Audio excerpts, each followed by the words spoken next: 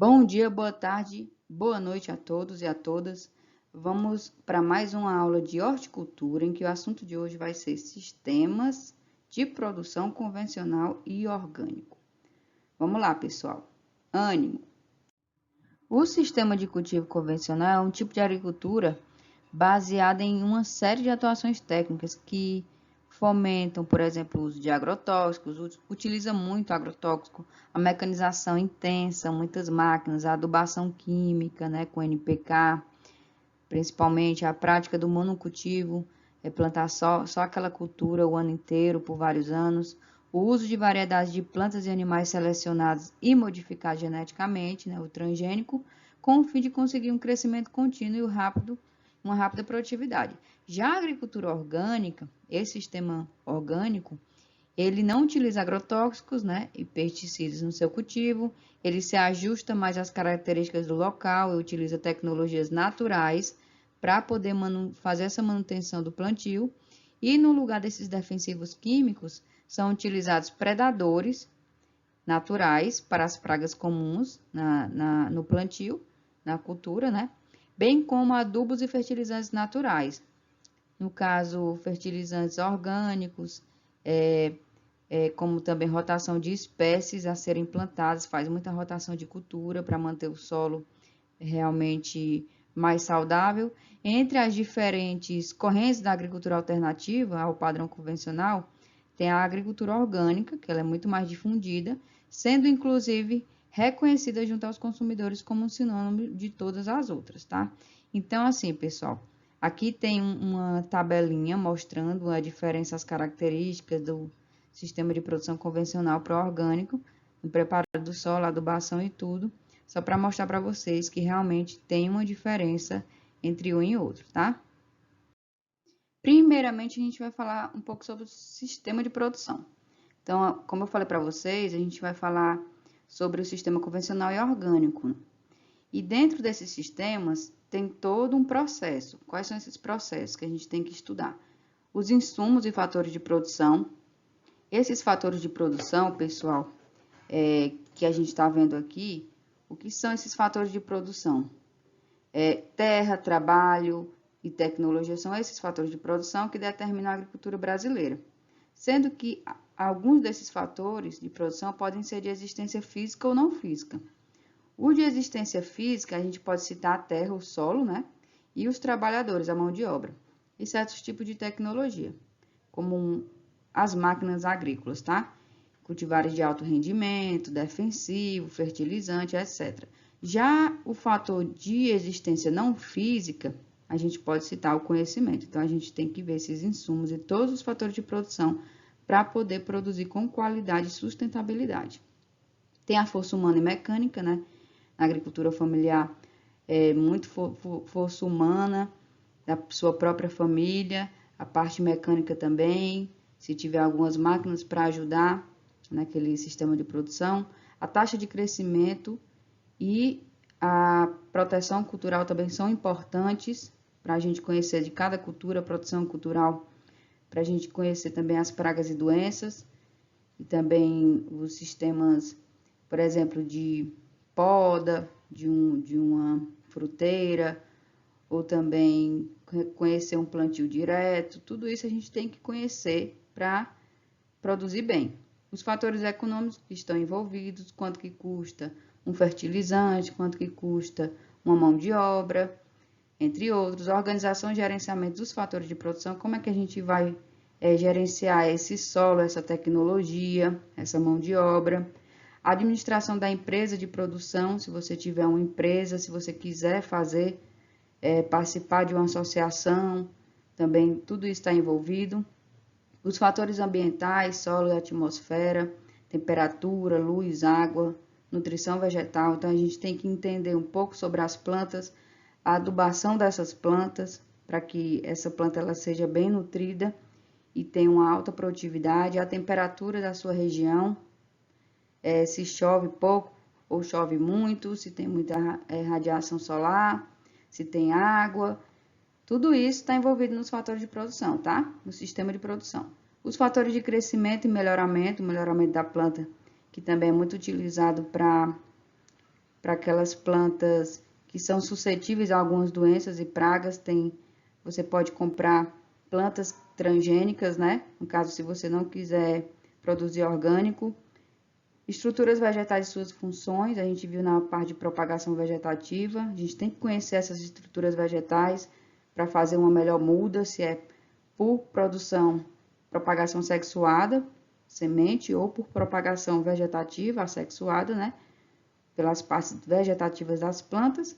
E também conhecer as pragas, doenças e as plantas daninhas, para que a gente consiga produzir realmente de forma tranquila e com qualidade. Tudo isso está envolvido no sistema de produção. O sistema de cultivo e o manejo de olerícolas, que a gente está vendo aqui na horticultura, tem sistemas complexos. Esses sistemas complexos são práticas agrícolas de tecnologia mais simples, empregadas na agricultura familiar urbana, e pode ter também a utilização de maquinários e equipamentos de elevado nível tecnológico. Então, por que é um sistema complexo? Porque envolve tudo isso, tá? Basicamente, os sistemas de cultivo, eles dividem-se em campo aberto e cultivo protegido. Então, tá aqui, campo aberto e cultivo protegido. No qual as hortaliças, elas são produzidas sem proteção aérea, no campo aberto, que eu vou falar muito sobre o campo aberto. Não tem a proteção aérea. As plantas, elas ficam expostas às condições climáticas, a sol, a chuva, né? E possíveis intempéries, como forte chuva, vento, pode comprometer a produtividade e a qualidade do produto. Granizo não é o nosso caso, né, no Piauí, mas muitas plantas elas sofrem com esse granizo na parte mais do sul. No cultivo protegido, como o próprio nome diz, as plantas elas ficam protegidas da atmosfera externa por filmes plásticos de polietileno, de espessura variável, instalados em estruturas conhecidas como as estufas. Não sei se vocês já ouviram falar das estufas agrícolas. O cultivo orgânico, que eu também vou falar, que é o manejo orgânico, ele é o sistema de cultivo que dispensa a utilização de insumos industrializados, como fertilizante, né, aquele NPK que já vem pronto, e defensivos químicos, aqueles que têm realmente que não são naturais. E vocês vêm experimentando um grande crescimento ano a ano, manejo orgânico com ótimas perspectivas futuras. Vou mostrar para vocês, tá? E nesse sistema, as hortaliças elas podem ser cultivadas tanto a campo aberto quanto em ambiente protegido. Então, nesse sistema orgânico, você pode cultivar tanto numa estufa como no campo aberto. Antes da gente falar das culturas que podem ser cultivadas em campo aberto, a gente tem que ter em mente que o agricultor, o produtor, ele tem que investir na produção de mudas, tá? Porque já é o comecinho ali, uma boa muda, uma muda saudável, como eu falei para vocês lá nas aulas de propagação. Quando você tem uma muda saudável, a chance de se obter plantas mais sadias e colheitas mais fartas será bem maior, né? Então, a produção de mudas de hortaliças exige um manejo especializado. Vocês já viram naquelas aulas que não é tão complicado fazer uma boa propagação, uma boa muda. E vocês têm que ter em mente que a boa semente, uma boa muda, vai ser realmente muito importante lá na frente para a nossa colheita.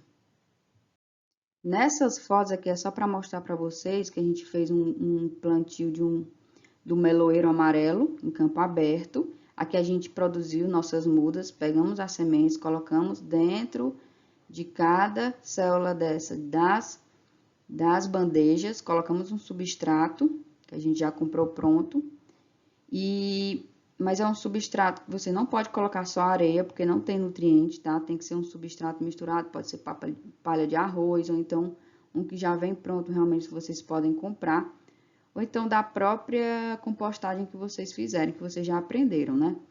Então, pessoal, vocês colocam as sementes, né? E aí, a gente colocou as sementes aqui, com 10 dias, elas já estavam mais ou menos desse tamanho, e a gente está pronto para fazer o plantio, tá? Aqui o transplante, né? E aqui colocar realmente no campo. Então, você vê aqui que é uma planta, que é uma muda bem realmente formada, a raiz, que não tá com pouca raiz, é bem formado o torrão, e isso vai influenciar bastante lá na frente no nosso sistema de cultivo convencional ou orgânico.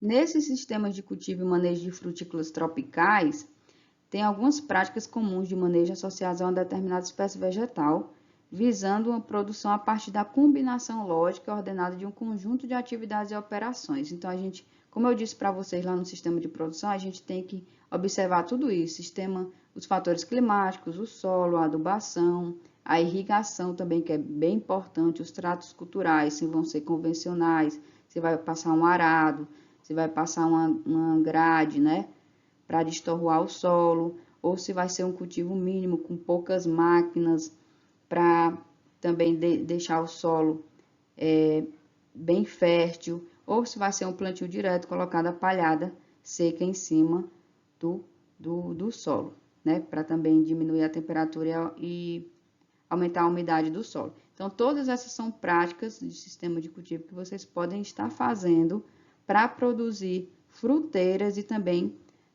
as olerícolas, alface, cenoura, essas que vocês já estão aprendendo ao longo do curso. Então, vamos falar um pouquinho sobre o cultivo em campo aberto. Ele é amplamente praticado, eu acredito que muitos de vocês já devem ter visto ali no próprio IFP, né, que vocês já viram algumas culturas sendo implantadas. As condições edafoclimáticas permitem conduzir lavouras durante todo o ano, um abastecimento também, lógico, com irrigação, né? Você pode vender o ano todo. O que são essas condições edafoclimáticas? São as condições do clima e do solo, tá? Para se ter uma boa produtividade. Tudo isso vocês têm que estar manejando, entender para que vocês possam produzir bem. Então, quais são algumas culturas que vocês podem cultivar em campo aberto? Tomate, pimentão, berinjela, melão e melancia. Essas plantas vocês podem cultivar de campo aberto, de forma tranquila, mas lógico, manejando toda a parte de pragas e doenças, a parte de adubação, vocês têm que tomar cuidado ao longo de todo o ciclo, tá? E a irrigação, pessoal, como é que deve ser feita? Nos pomares, na parte de frutífera, geralmente a gente irriga, né, no começo ali, quando a planta ela precisa realmente de uma alta demanda hídrica, de uma boa irrigação para poder sobreviver, principalmente ali depois do transplantio, que ela sofre um pouco, né, por conta da aclimatação.